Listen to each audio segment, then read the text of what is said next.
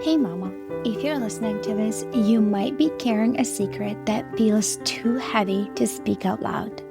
You look like you got it all together, you serve at church, maybe you even lead a Bible study. You smile when you drop off the kids, but no one sees the other side of you, the one that comes out behind closed doors. At home, you are a completely different person. You yell, you explode, you scream at your kids, sometimes in their face. You tell them to shut up. You grab them too harshly. You throw things across the room. You smack them in anger, twist their ears, spank them in rage, and immediately after, you are hit with a tidal wave of shame. You cry alone in your room and you whisper, "God, what is wrong with me?" You feel scared and disgusted by your own reactions. You're terrified that someone might find out. You wonder if your kids would be better off without you. You feel unworthy, broken, and too far gone to be redeemed. You try to fix this on your own. You listen to podcasts, parenting books, download freebies, but nothing changes. You keep falling back into the same patterns, and it feels like you are stuck in a cycle that you can't break. You don't trust yourself anymore, and if you're honest, you are afraid of who you become. But here's the truth, Mama. You are not beyond hope. You're not alone, and with God's help and the right support, you can change. I'm Elizabeth, a mom of 4 and an anger management coach for Christian moms. And inside my Calm Christian Mom coaching program, I guide women just like you through a powerful transformation. This isn't shallow behavior management. We go deep. We address your triggers, your stress, your mindset, your nervous system, and the spiritual root behind your patterns. We invite God into every layer and walk hand in hand towards healing. In just 12 weeks, you can become a completely different mom, unrecognizable. One who leads with patience, not panic. One whose children feel emotionally safe around her. One who cultivates peace. This summer, I'm offering a Calm Mama strategy session, a powerful 15-minute one-on-one coaching session designed to help you uncover the root of your anger and receive spiritual, emotional, and practical support. It's your chance to experience what coaching is like with me before diving deeper into ongoing support. If we both feel like the full program is the next right step, we can talk about what that looks like for you. You don't have to keep living like this. Your family is worth healing, and so are you. Use the link in the show notes to book the Calm Mama strategy session.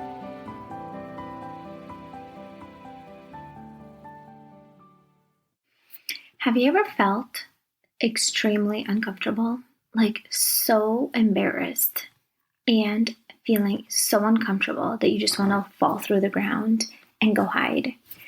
Well, it is really important to feel those feelings, and I want to share with you a story that I still feel extremely uncomfortable, and it's not easy for me to share because I did something I shouldn't have, and I still feel really bad about it.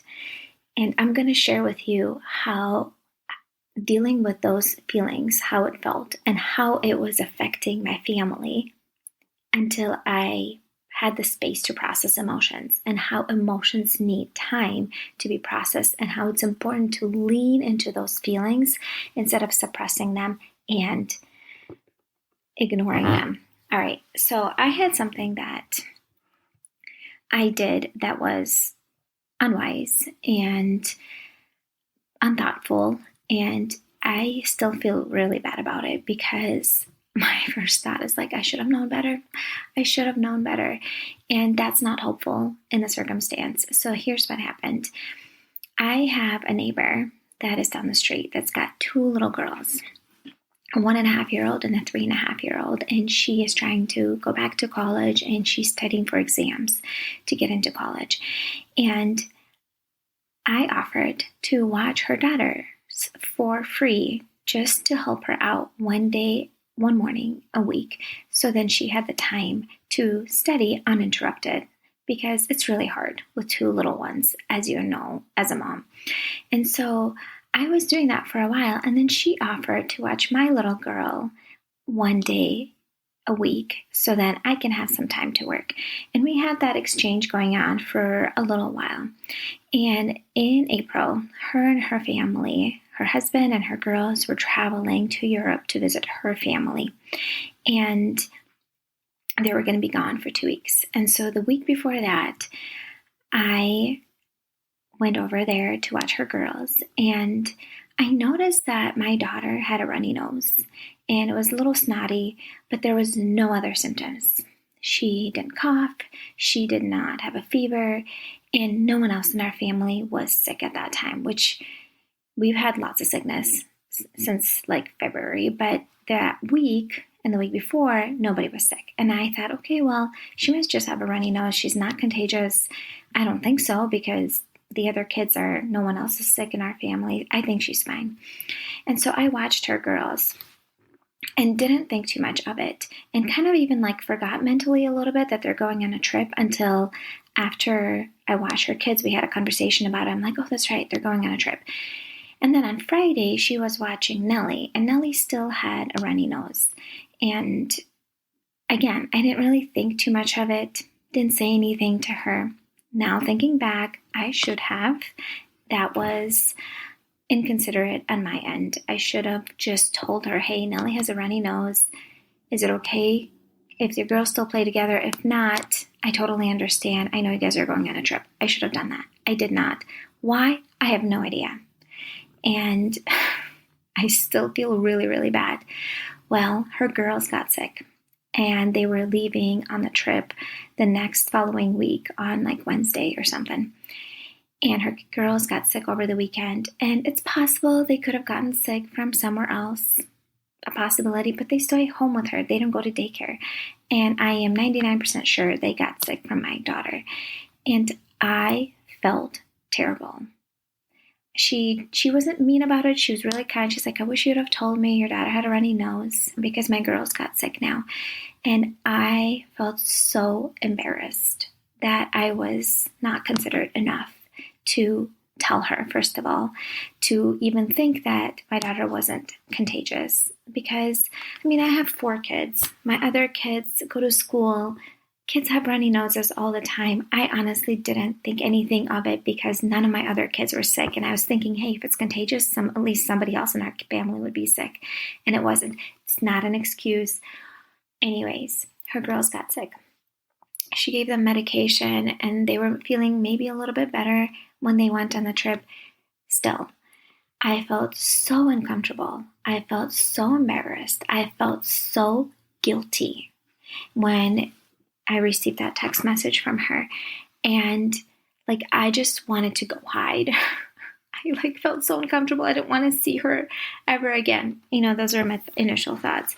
And I felt so bad that now they're going to go on a trip. Her girls are sick, and maybe her husband might get sick, and maybe some of her family overseas is going to get sick, and her mom just had surgery, and her grandma's not in a good physical state. And I just felt like all these thoughts were like, Elizabeth, what did you do? You weren't considerate. And if you were a good friend, you wouldn't do this. All these negative thoughts, and I felt horrible.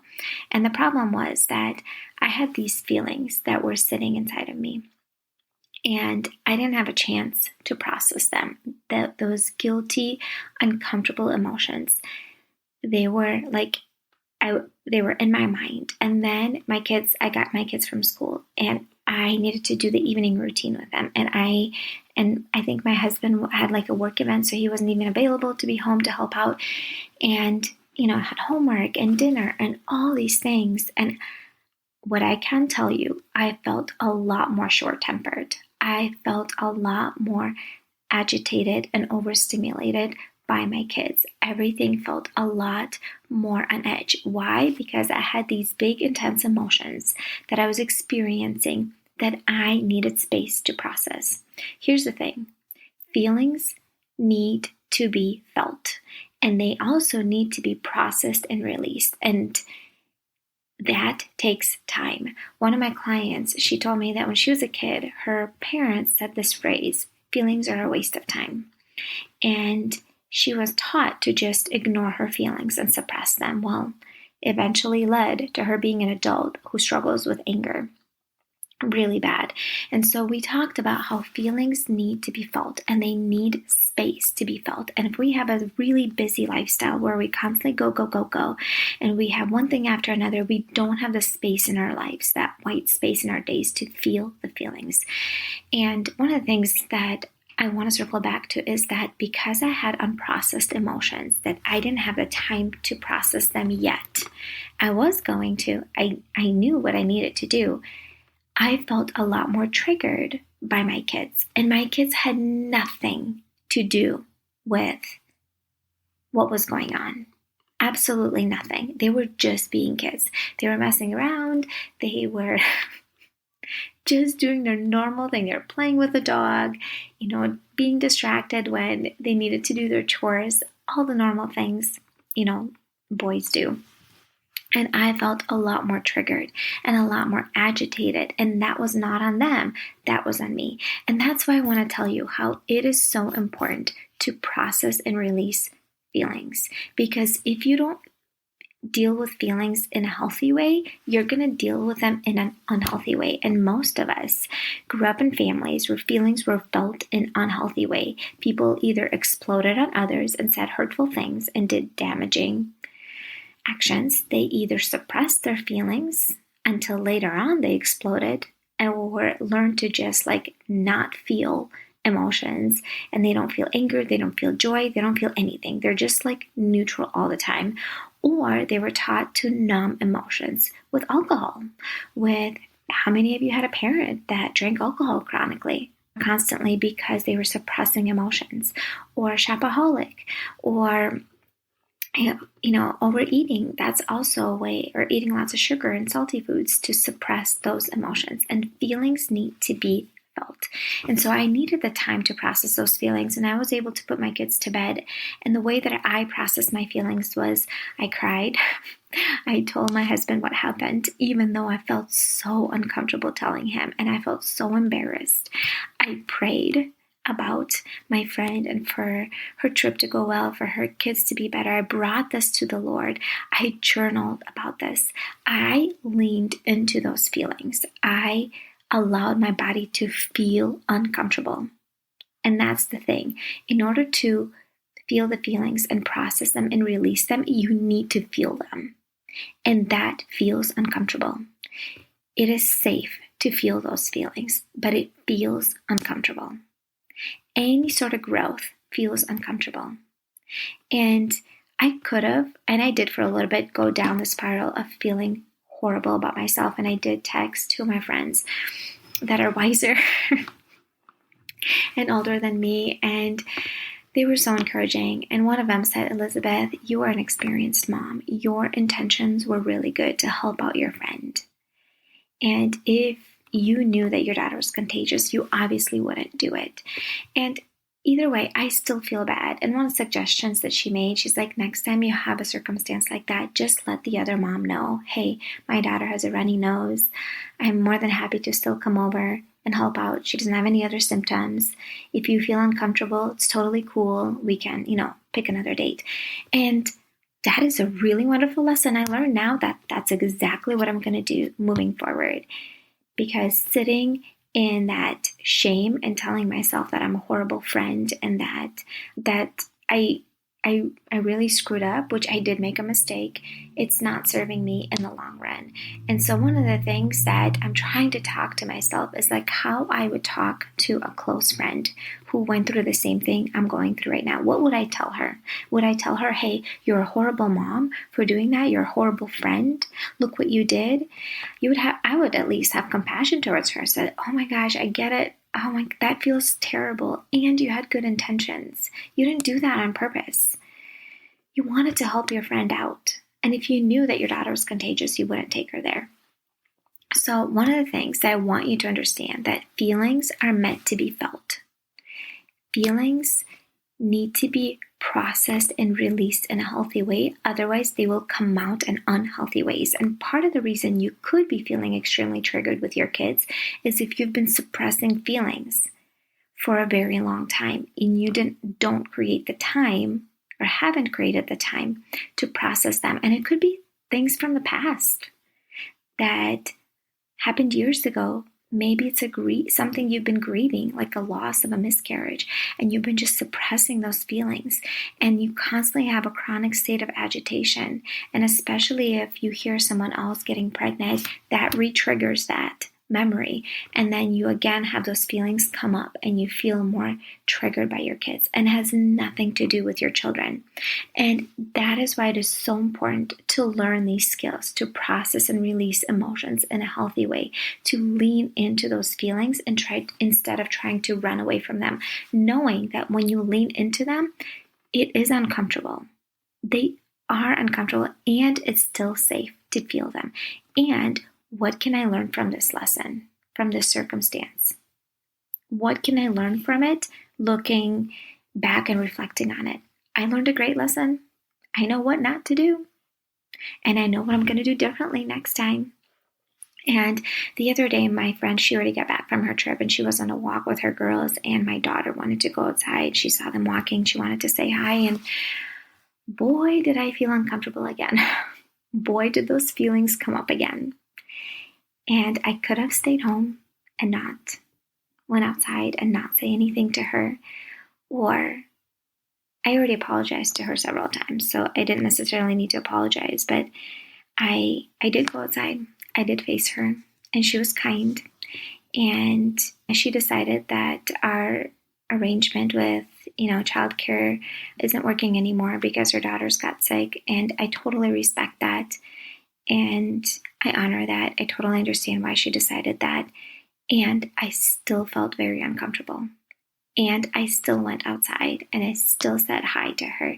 And I still had a conversation with her because growth is uncomfortable. I still want to nurture that relationship. I still want to be friends. And sometimes things are really uncomfortable, and we need to lean into those feelings and process them and release them. And surrender them to the Lord and say, hey, Lord, this is what happened. I feel so uncomfortable. Help me just to release it fully to you. And part of the times when I release my emotions and process my emotions, prayer is one of them.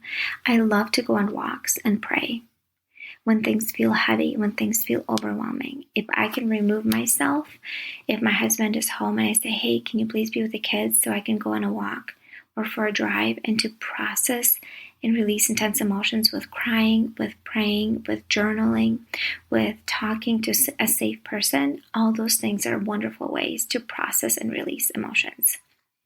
So here's what I want you to know and kind of reflect on this episode is, first of all, you will face uncomfortable emotions. We all do. Emotions are meant to be felt. Number 2, emotions are safe to feel, even if they're uncomfortable. They are safe to feel. Number 3, you need to feel them and process them in a healthy way, like lean into them instead of running away from them, because when you feel them, they will pass. You're not going to constantly feel that. That emotion will pass and that discomfort will pass.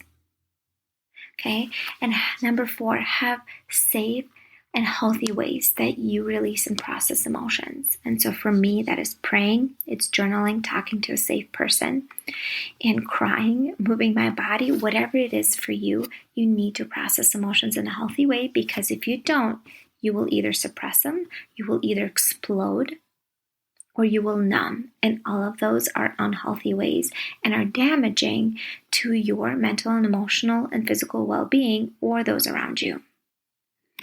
All right, friend, I hope you learned a lesson from me, and hopefully this is really helpful for you. And I want to let you know that I deal with this. This is not just something that's like, oh, I made this up. I am like living this week.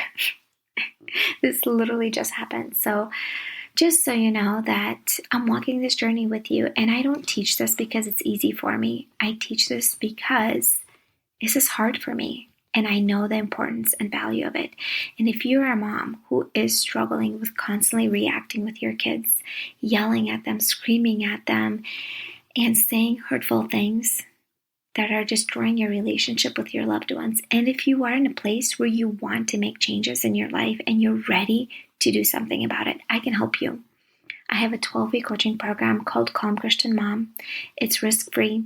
You have a 100% money-back guarantee if you do the work and you don't see the changes in your life that you're looking for. My friend, this program is going to help you go from a mom who's reactive and angry and negative to a mom who's calm and peaceful and kind and loving and understanding and lighthearted. You get to decide that this is what you need, and this is the next right step for you. And God will provide a way for you to join. I have different payment plans available for you, my friend. There is a way for you to do this if you put your mind to it. If you're in a place where you said to yourself, this is what I need, and I am ready to make changes. I am sick and tired of where I'm at right now, and I'm ready to make changes in my life. So I want to invite you in. I want to invite you to book a call with me using the link in the show notes. And let's get on a call and have a conversation. What anger is doing to your family right now, how it's affecting you. And we'll talk about how I can help you. And if I think my program is the right next step for you, I will invite you in, and you get to decide if you want to join. My friend, I'm so thankful that you're here. And thank you so much for showing up. If you found value in this podcast episode, please share it with a friend. I would greatly appreciate it. Okay, I wanted to share with you an Amazon product that I've been enjoying lately. Okay, I've been into wearing summer dresses to church, like long maxi dresses, and I'm going to link one in the show notes. I got a maroon color, and it looks really pretty on me, and I really, really like it. So I am 5 feet tall, actually just a tiny bit under 5 feet, and it looks really good with heels, and I love the length. But I think if you are into feminine type of dresses, I think you're really going to like this one, and I will link it for you in the show notes. Thank you for being here. I will see you in the next episode. Hey mama, do you find yourself snapping over the smallest things, like spilled milk or constant whining, then feeling horrible afterwards? If you're tired of losing your temper and you want to show up with more patience, I have something for you. It's a free training called How to Be More Patient with Your Kids so you're not screaming over spilled milk. Inside, I'll walk you through 10 simple things you can start doing today to become a calmer, more Christ-like mom, even on the hard days. To get it for free, just leave a rating and review on Apple Podcasts and send a screenshot to hello@emotionallyhealthylegacy.com. Or if you'd rather skip the wait, you can grab it right now for just $27. The link is in the show notes. Let's help you become the peaceful, patient mom your kids need.